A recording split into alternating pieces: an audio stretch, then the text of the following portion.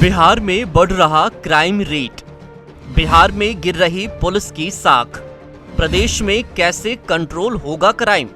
As a citizen मेरी अपेक्षा होगी टॉप पुलिस ऑफिसर से उनका application of mind to a problem,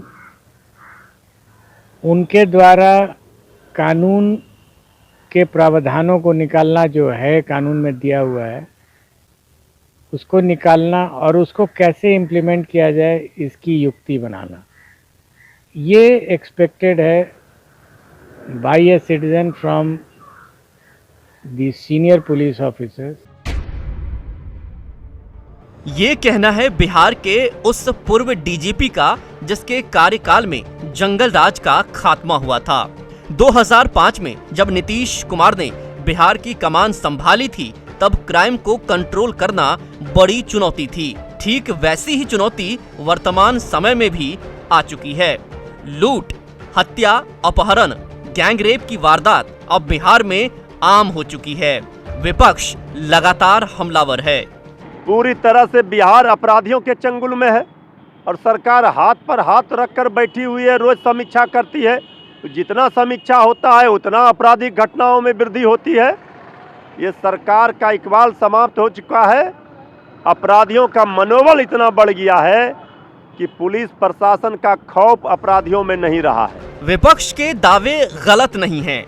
आंकड़ों की माने तो साल 2010 में 1,37,572 आपराधिक वारदातें दर्ज हुई, जिसमें मर्डर की 3,361 केस, 644 डकैती, रॉबरी 1538, चोरी के 15,544 मामले, 8,809 दंगे, 3,399 किडनैपिंग केस, तो फिरौती के लिए अपहरण के 81 मामले और दुष्कर्म के 795 केस दर्ज किए गए।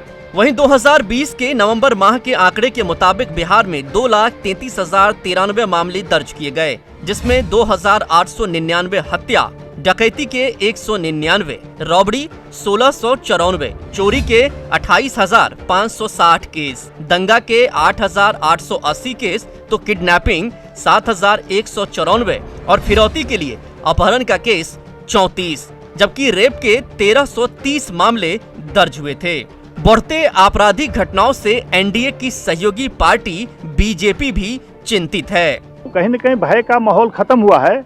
एक प्रशासन को जो धमक होती थी वो कम हुआ है, तो निश्चित रूप से प्रशासन को इस पर निर्णय लेना होगा कि आखिर कैसे इन पर काबू किया जाए, ऐसे अपराधियों पर, ऐसे सिरफिरे लोगों पर कैसे कंट्रोल की जाए, इसके लिए सख्त उपाय करने पड़ेंगे। जिस जंगल राज को दिखाकर नीतीश सरकार सत्ता में आई थी, आज हकीकत ये है कि नीतीश के कार्यकाल में ही बिहार उसी जंगल राज की तरफ बढ़ रहा है। तो क्या पुलिस की कमजोरी से अपराध बढ़ रहे हैं या फिर सत्ता के शीर्ष में बैठे नेतृत्व में ही कमी है? इसका जवाब पुलिस और सरकार दोनों को मिलकर ढूंढना होगा।